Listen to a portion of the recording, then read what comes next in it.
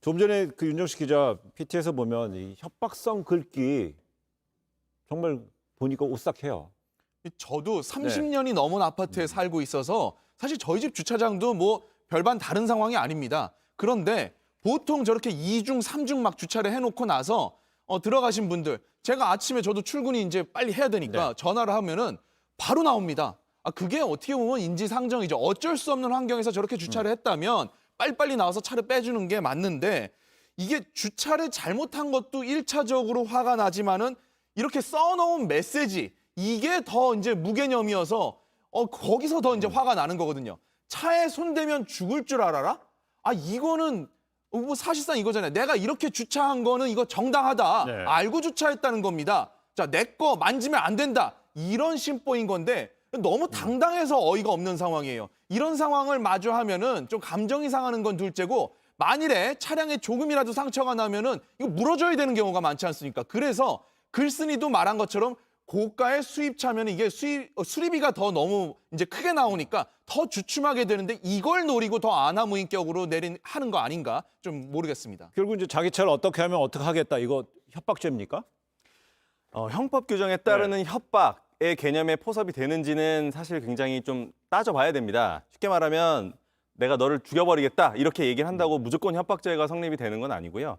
일반적인 사람들에게 이제 공포심을 느낄 만한 그런 해악의 고지라고 인정이 돼야지만 협박죄가 성립이 되는데, 그 협박죄 유죄 여부는요, 그 문구가 중요하긴 하지만 구체적으로 행위에 이르게 된 구체적 경위, 그리고 피해자와 가해자의 관계, 이런 것들을 전후 상황을 종합해서 결정을 합니다. 협박 내용의 합리성, 실현 가능성, 이런 것들은 그렇게 중요하지 않고요. 그리고 실제로 해악을 실현할 의사가 있는지, 이런 것도 크게 중요하지 않습니다. 실질적으로 공포심을 느낄 수 있을 정도면 충분한 것이죠. 그러면 그래서- 다른 입주민의 이런 주차를 방해하는 행위는 분명하잖아요. 네네. 현행법상으로 책임 물을 수 없습니까? 이 부분 먼저 따져보려면 지금 이 장소가 아파트 단지 내 주차장이라는 부분을 좀 짚고 넘어가야 되는데, 도로교통법상 제재가 가능한지, 이 부분을 이제 단계적으로 따져봐야 됩니다. 통상 도로교통법상 도로에 해당된다고 한다면 경찰이나 시군 공무원이 이제 차량 이동 명령 또는 이제 과태료 부과 조치를 할 수 있는데, 지금 문제는 이 아파트 단지 내 주차장이 이 도로교통법상 도로가 맞는지가 문제가 되는 겁니다.